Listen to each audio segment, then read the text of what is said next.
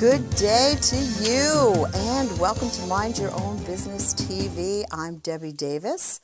I want to wish everybody a happy new year, prosperity to you, and to my guest today, Michael Mercer. Welcome. Thank you, Debbie.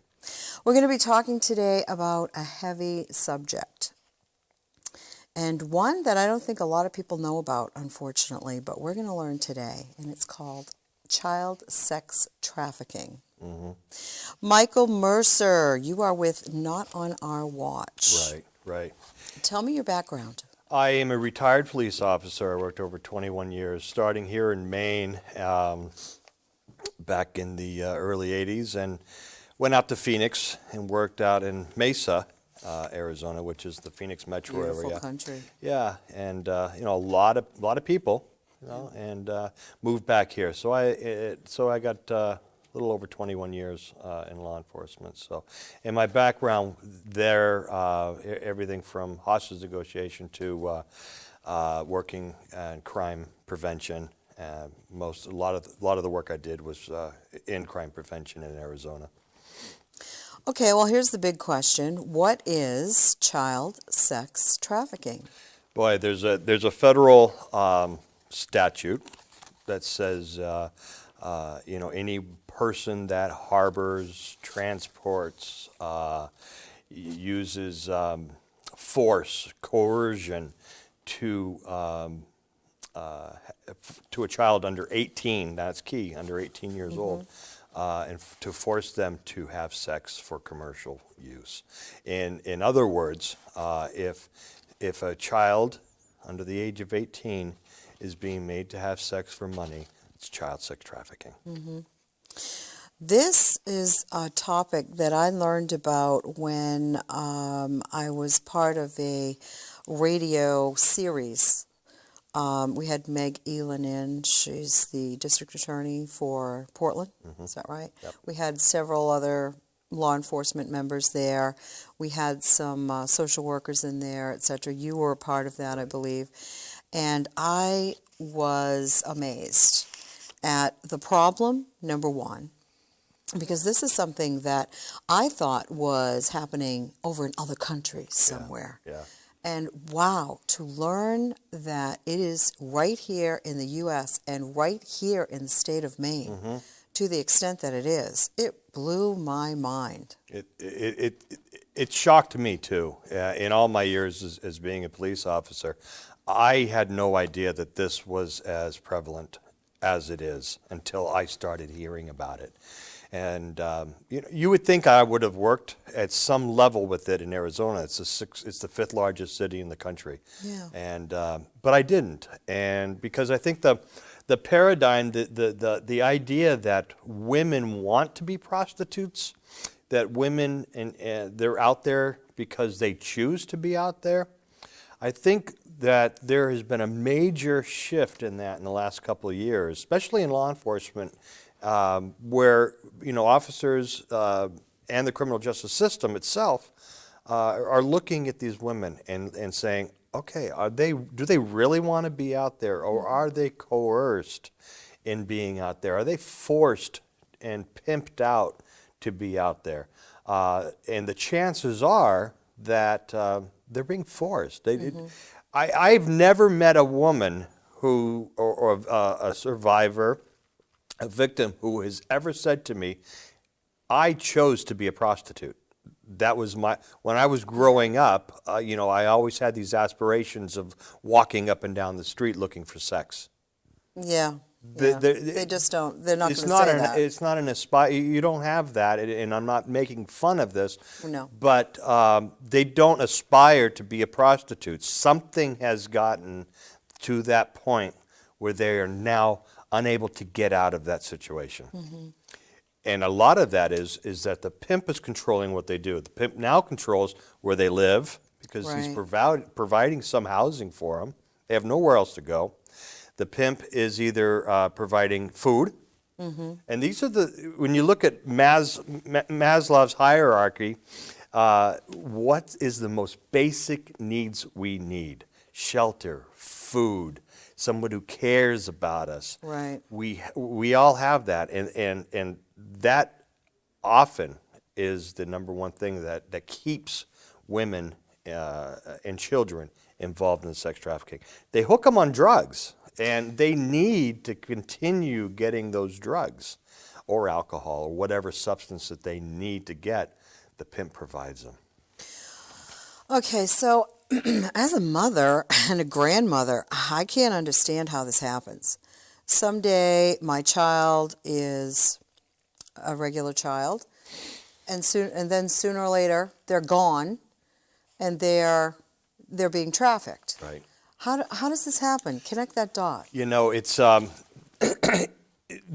these pimps, these predators are out there, and what they'll do is they'll look at a girl, and the very easy ones are the girls that maybe are living in foster care or under state care, who don't have a strong family support system.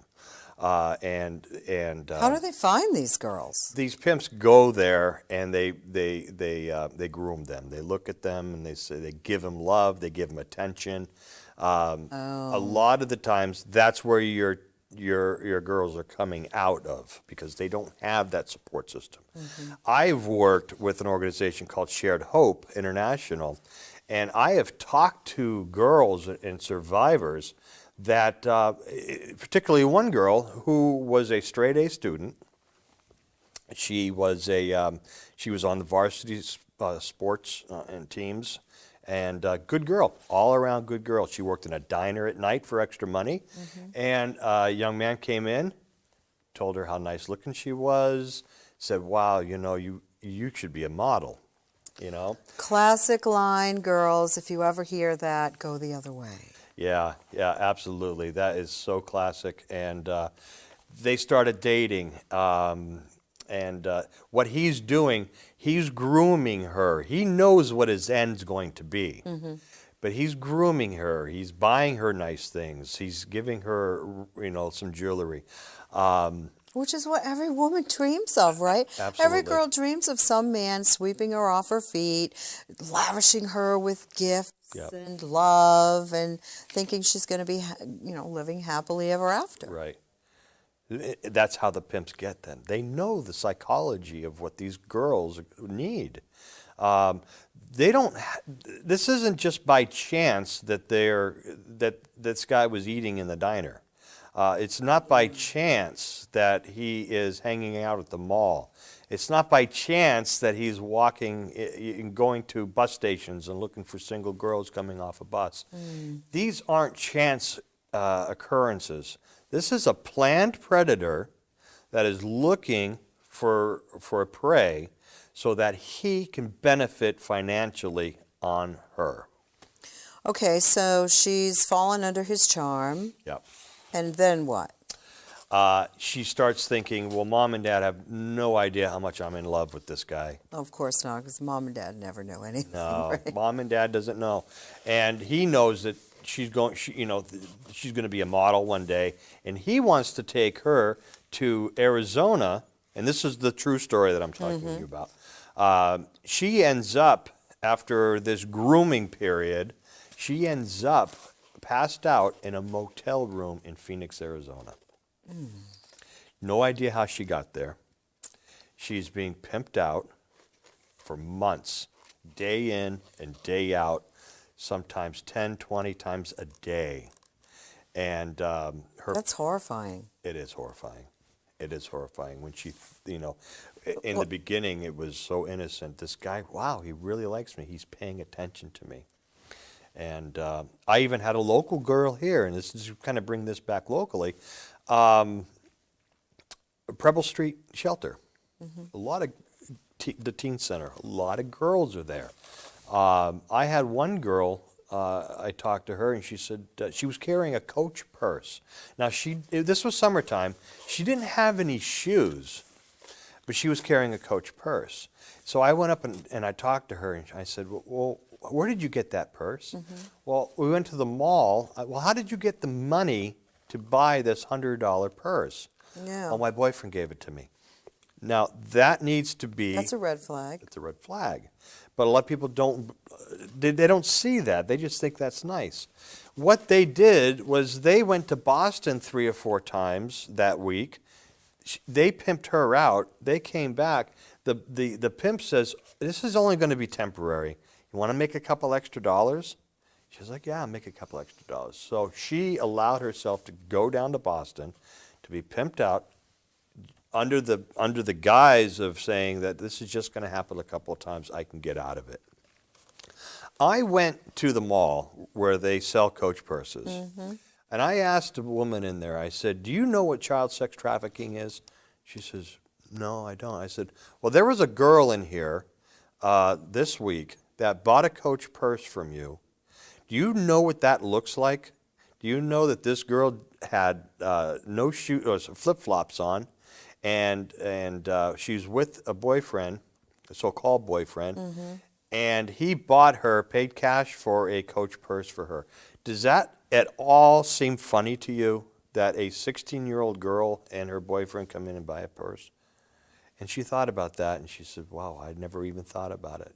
So, you know, if we don't get this word out, if we don't make aware that this stuff is happening right under our noses, that we're going to allow these things to happen. We're going to allow these pimps and to take control of these girls, take them to the mall, take them to the bus station, take them across.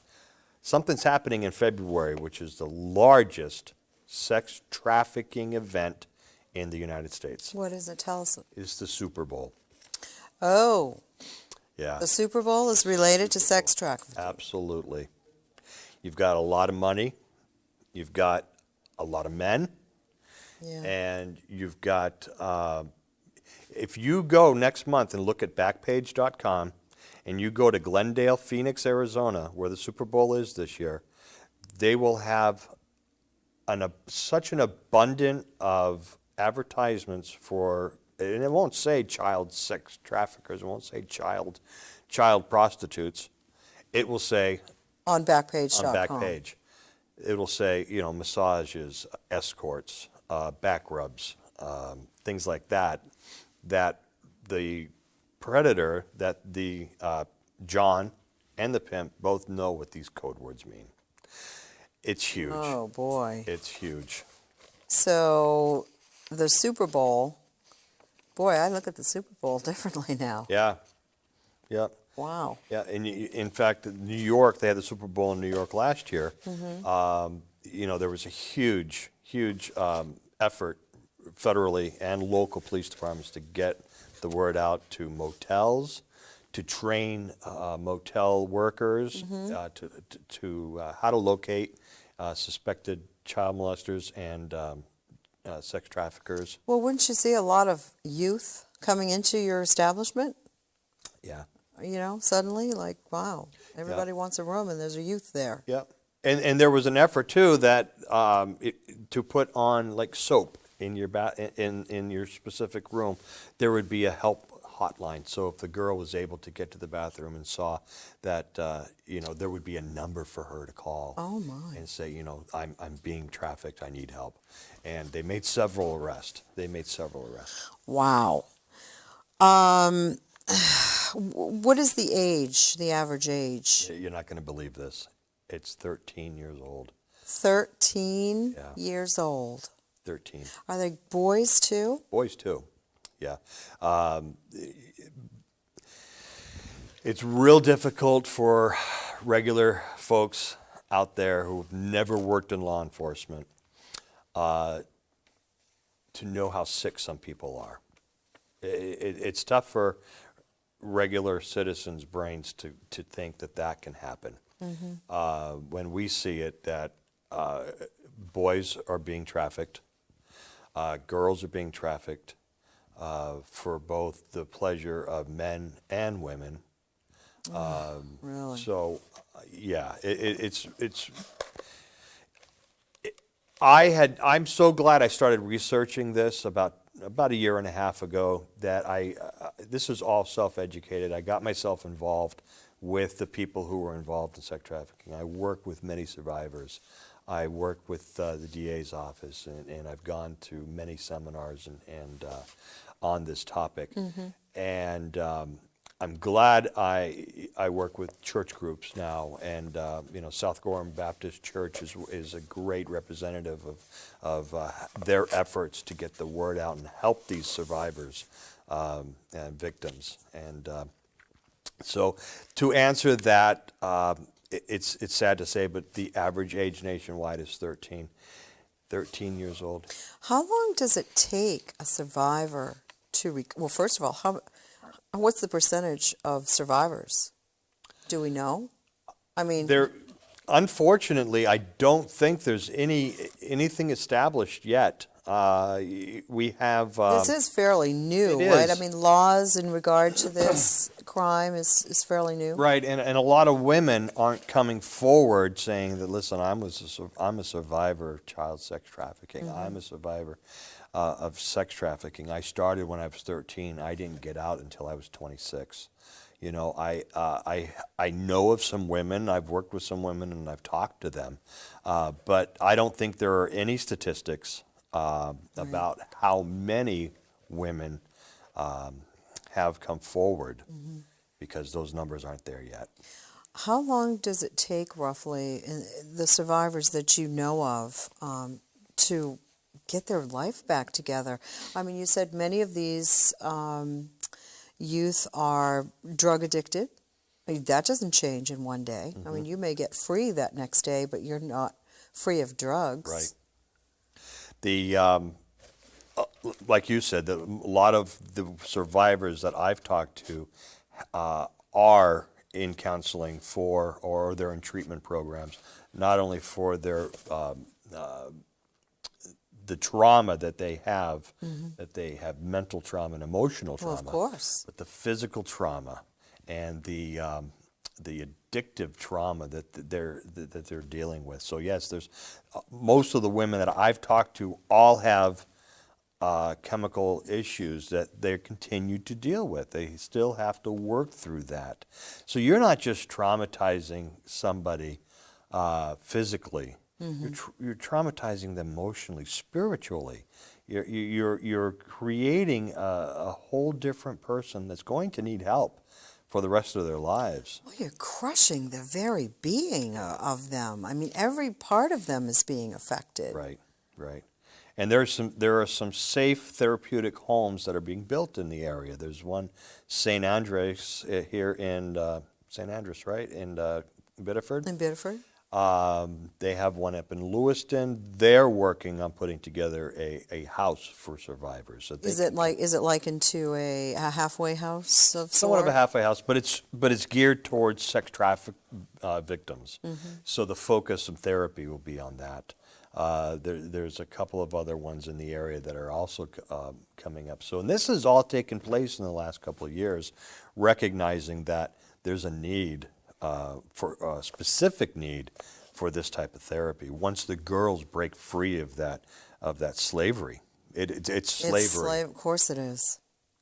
We are talking with Mike Mercer. He is from NotOnOurWatch24.com. He is a prior police officer, has lots of police experience, I guess I'll say. Let me just read this. Domestic minor sex trafficking occurs when a U.S. citizen or lawful permanent resident minor are commercially sexually exploited. Children can be commercially sexually exploited through prostitution, pornography, and/or erotic entertainment. Commercial aspects of the sexual exploitation is critical to separating the crime of trafficking from sexual assault, molestation, or rape. Commercial sex act is the giving or receiving of anything of value, money, drugs, shelter, food, clothes, etc., to any person in exchange for a sex act. This must be it sounds like it's a huge money industry. It's a $10 billion a year industry. Wow. $10 billion a year is estimated that is going through these pimps' hands. I've talked to DAs, I've talked to Meg, I've talked to other people that are involved. This is a crime where you can make more money being a pimp than you can selling drugs. Number one, it's easier to be a pimp. There's less consequence being a pimp. Really? The criminal statute still, if you sell drugs, there's certain mandatory sentencing guidelines they have to go by. Right. That hasn't yet been established in crimes against child sex trafficking. Are we changing in that? One of our newly senator-elect, I guess she's not quite senator yet, but Amy Volk, when she was in the House last session, did get some legislation passed, she did. and a bill that is working to make child sex trafficking as a whole, more An actual penalties, crime, right? Crime, and the penalties are going to be harsher. There's going to be a better defined statute where the prosecutors can now take a statute and use that specific statute for the sex trafficking rather than prostitution. Right, because as far as I understand, the cops didn't have any law that they could act upon. No. When they suspected anything happening. There wasn't anything other than if you could show kidnapping, Right. which is which would be different, which is an aspect of sex trafficking, but there wasn't anything in the statute which defined child sex trafficking. Mm-hmm. Now it's defined, and that is definitely a start to making sure that these victims aren't considered criminals. And yeah, but I'm thinking we have prostitution laws, and as long as there's a demand for prostitution, Right. there's going to be, am I wrong, is there going to be a demand for child sex trafficking? there will be always a demand. So the only way to lessen that is to put forth strong laws against those who are looking for it, Right. as well as those who are providing it. Yeah. So we've got a long way to go. Long way to go. It's in the conversation now. Mm-hmm. 2 years ago, we weren't having this conversation. No, it's true. So we are on our way to making those things happen. There are other states that have harsher penalties. Many? Many states. Maine, in fact, Shared Hope International does a scoreboard and a grade on each state. Really? You could go to their website and find out how your state actually, what kind of grade they get based on their prosecution, availability, state laws, such and such. And Maine still gets a D. Even with all the effort that we're doing, and all the work that Representative Amy Volk has done with our governor, we still get a D. I was surprised to find that girls in the Northeast were especially sought after. They claim they're cleaner or more innocent. I don't know. How do we as parents try to thwart this? I mean, our teenagers are growing up. We want to give them a little more freedom. What are some of the red flags that we should be looking for the boys and the girls? The days before the internet, to pick up, to solicit, to find a girl, these pimps would hang out at the malls. These pimps would hang out at bus stations, like I said. They'd hang out at the schools, after-school programs. They'd hang out at shelters. Goodness, really? Oh, yes. But now it's become so available because of the internet. These girls go in these chat rooms, and they start chatting with people that they don't even know. Yeah. And, this guy really understands me, Oh, and gosh. this guy knows what I'm talking about. And Yeah. he's sitting back just saying everything that she wants to hear. They have websites that you can go to learn how to be a pimp. They do? They do. You can learn how to be a pimp on We're the not going to internet. give those websites We're not going today. to give the website out. Wow. But this is where the internet has taken us. So what do mom and dad do?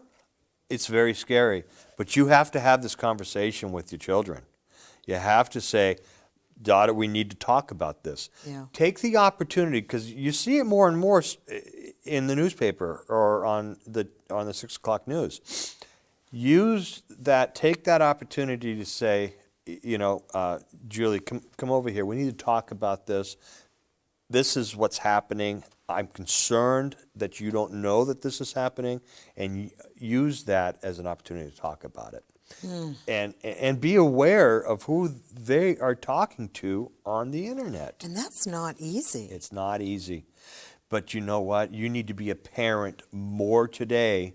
You have to be more diligent today as a parent than we were when we were younger. Mom would go play in the field, or my mom would go play on the freeway. Come back when the streetlights come on. Yeah, that's what we did. But we were safe. Right, You know? right. And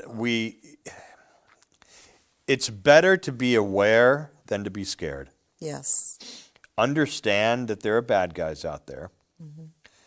And by knowing what you can do to protect yourself, gives you a sense of control over what happens to your body.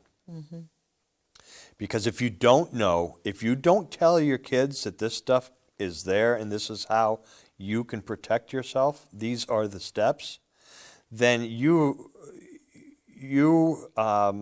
make yourself available to become a victim. Right.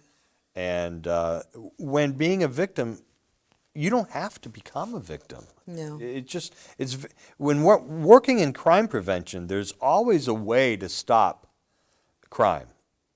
You may not like it, but there are going to be ways to make sure that it might inconvenience you. Yeah. As a parent, you right? mean? As Yeah. a parent. And I think I've done a show on going to the public restrooms with your child. Right.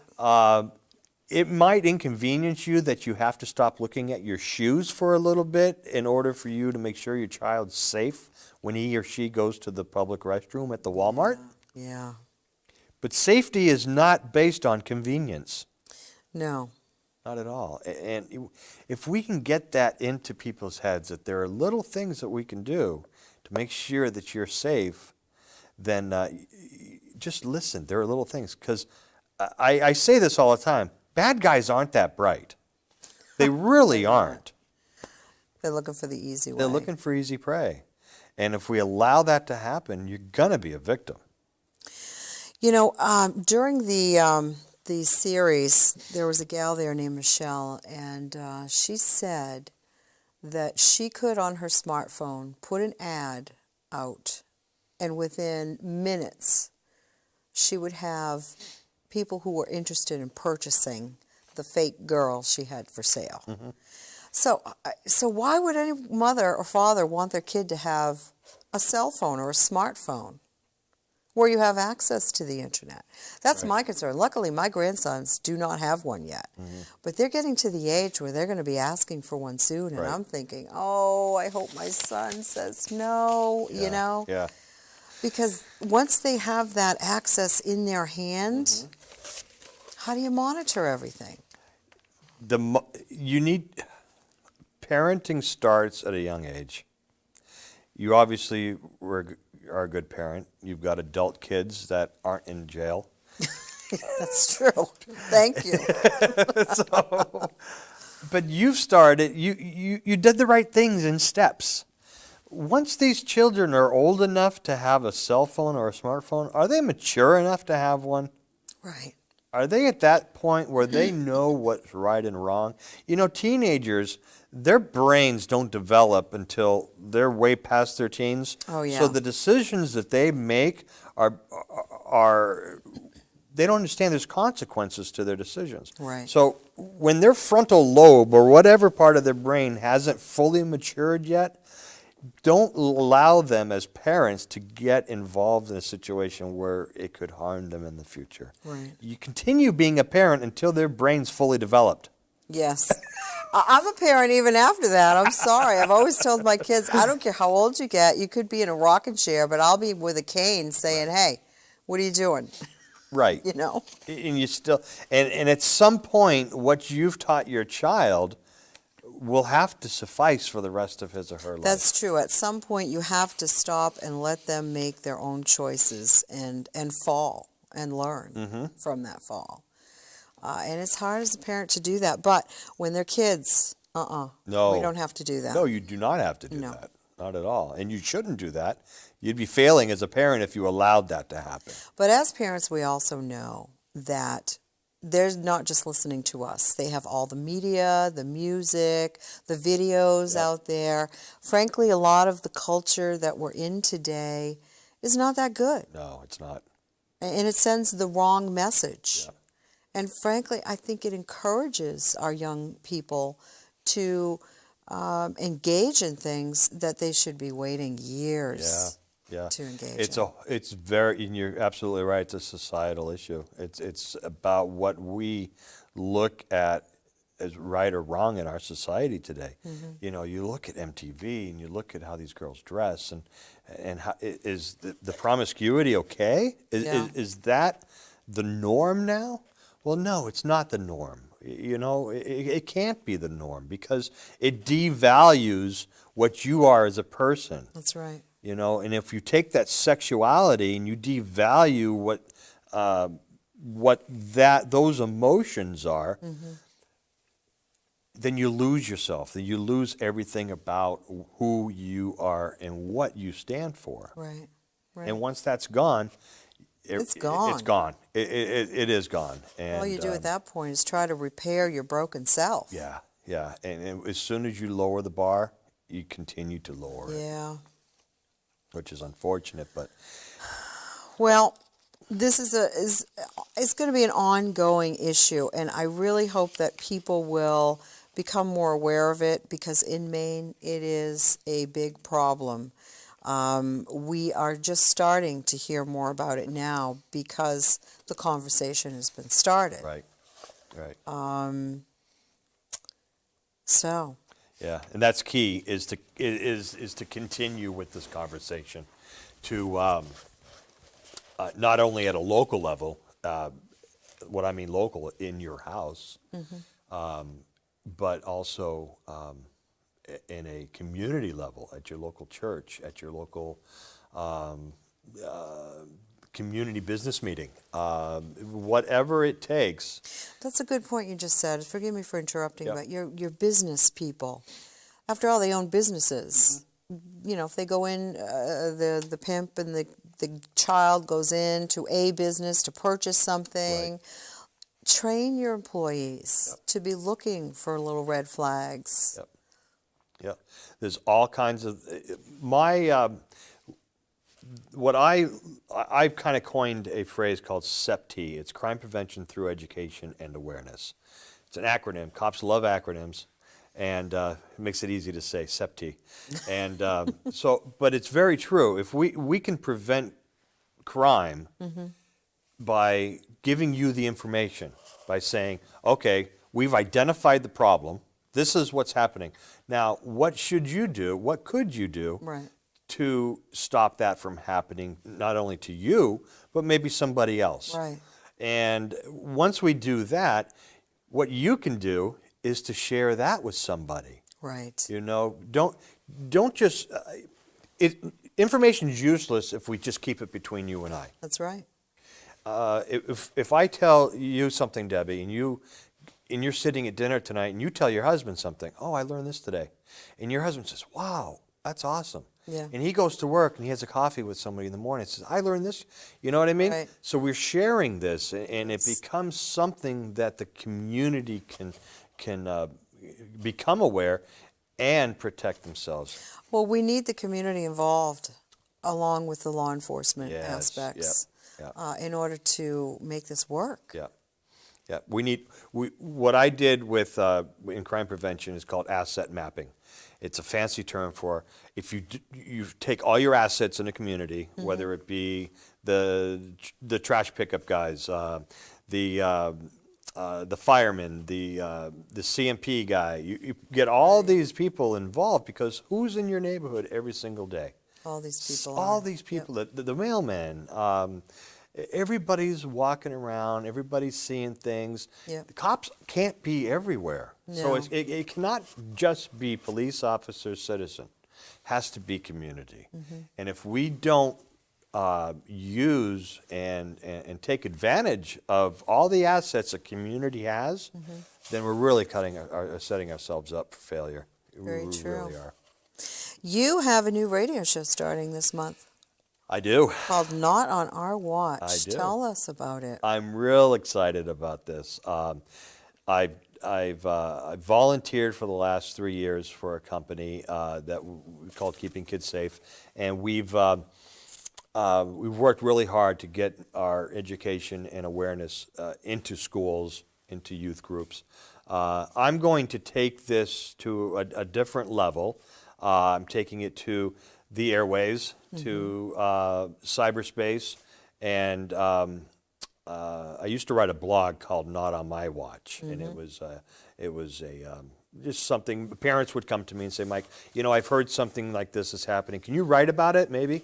So if I didn't know anything about it, I'd research it, find as much knowledge, and talk to interview people, and then I would write a blurb and a blog about it, and people would read it. That was fun. So now I said, well, geez, why can't this radio thing's pretty cool. Yeah. Let's see if I can do it with radio. So I'm going to have guests from my partner from Arizona is going to be on as a contributor several times probably. I've got contacts with police officers that are here that are specialized in certain things. So it's going to be very topical. What's happening in society today? Right. So it's not just child protection. It's not just child safety.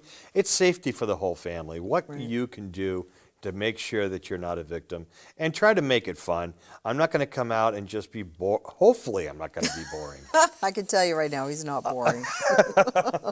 I want to make it fun, and I just don't want to throw a bunch of statistics out and say, hey, you need to do this. If not, then this is going to happen. I want to be fun about it. And so tune in, WLOB, Yes, 1310. WLOB, News Talk WLOB, fantastic.